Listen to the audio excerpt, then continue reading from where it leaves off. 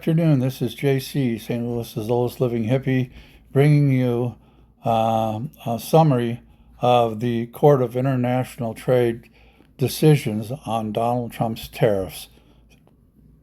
Last word by Lawrence O'Donnell segment, in which he talks about how the Court of International Trade, took Donald Trump's tariffs and shredded them. They are no longer in existence. Here you go. Well, as I say, the breaking news of the night is that Donald Trump's illegal tariffs are gone, thanks to a ruling of the United States Court of International Trade.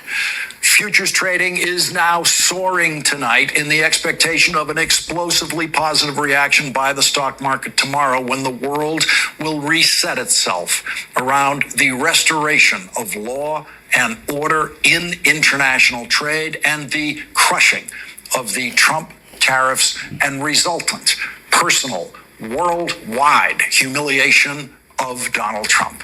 The Trump tariffs were always illegal and unconstitutional, and you heard that on this program every time we covered Donald Trump's comments about tariffs, including very much during the presidential campaign, when the campaign press corps never ever reported to voters that the Trump proposed tariffs during the campaign were completely illegal and unconstitutional.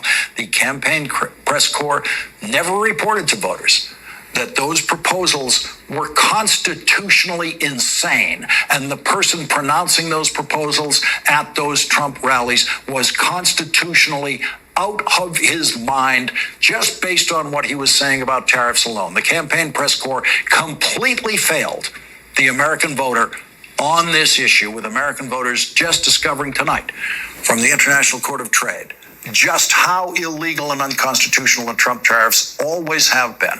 The United States Court of International Trade, which has exclusive jurisdiction over cases involving tariff disputes, has ruled unanimously that when it comes to tariffs, Donald Trump does not have, quote, unbounded authority, and the court sets aside the challenged tariffs. The court gave the plaintiffs suing the Trump administration even more than they expected. The plaintiffs include 12 states with Democratic governors who sued, arguing that the Trump tariffs are unconstitutional and illegal, and asked the court for at least a temporary injunction, temporarily blocking the tariffs. But the court went all the way and delivered a full and final ruling in the case, granting what the court calls a summary judgment.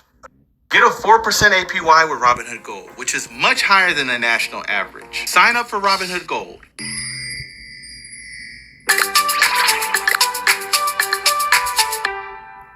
Summary judgment against Donald Trump and all of his tariffs. So as of this hour tonight, it is no longer legal at any port of entry in the United States for a United States Customs Service to collect a single dollar of Trump tariffs. Civil lawsuits like this seldom have such total and complete and final victories just 2 weeks after the court heard arguments in the case. Victories in this case for plaintiffs at this stage of this kind of litigation are very unusual, but here we are. And as I've been reporting to you literally for years now, there are few things more clear in law than Congress's complete authority over tariffs. The Court of International Trade said in its opinion that even if Congress wanted to give Donald Trump power over tariffs, it would be unconstitutional to do so. Quote, an unlimited delegation of tariff authority would constitute an improper abdication of legislative power to another branch of government. Donald Trump's illegal tariffs were based on the International Emergency Economic Powers Act of 1977, and today, finally, the Court of International Trade said what I've been saying since the day Donald Trump invoked that law to support his tariffs. Quote, any interpretation of the International Emergency Economic Powers Act that delegates unlimited tariff authority is unconstitutional. The court rejected Donald Trump's claim of a national emergency to justify his tariffs, saying the mere incantation of national emergency cannot, of course, sound the death knell of the Constitution. And that's what Donald Trump is trying to do. He's trying to kill the Constitution of the United States in a different way every day. He tried and failed, thanks to the Court of International Trade, to sound the death knell of the Constitution by stealing Congress's exclusive power over tariffs. And in a 49-page ruling co-authored by 3 judges of the Court of International Trade in New York City, Donald Trump's attempts to kill the Constitution this time have failed. Judge Gary Katzmann was appointed by President Obama. Judge Jane Rustani was appointed by Republican President Ronald Reagan. Judge Timothy Reif was appointed by Republican President Donald Trump. And those 3 judges unanimously agreed to every word in tonight's breaking news opinion that there is nothing in American law that can make Donald Trump's tariffs legal.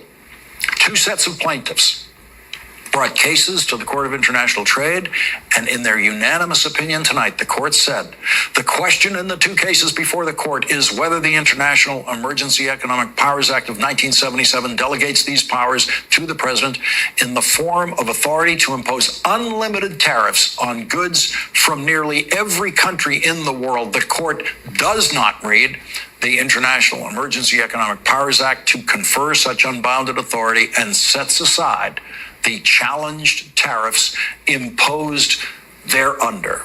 For Donald Trump's benefit, though he, of course, could never actually read a single page of a court opinion, but mostly for the benefit of the United States Supreme Court, the trade experts on the Court of International Trade wrote a brief history of international trade right in their opinion, and a brief history of international trade law for Donald Trump's Supreme Court justices to study, because they know very little about international trade law.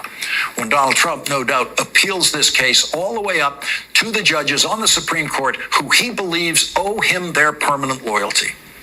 The trade court identified 3 different kinds of tariffs Donald Trump was illegally imposing and ruled against each of them, calling each of them illegal and unconstitutional. The court referred to tariffs imposed on countries to indirectly force them to somehow stop the flow of fentanyl around the world and other illicit drugs that are illegal, because tariffs cannot legally be used to leverage the behavior of other governments on issues other than regulated international trade. The court wrote, a tax deals with a budget deficit by raising revenue. A dam deals with flooding by holding back a river. But there is no such association between the act of imposing a tariff and the unusual and extraordinary threats that the trafficking orders Well, there you go. Donald Trump's tariffs are dead. Ding dong. The Wicked Witch is dead. Okay. Not yet. He's still alive. If we're lucky, maybe tomorrow. He's in over the NATO talks, and there are international warrants out for his arrest.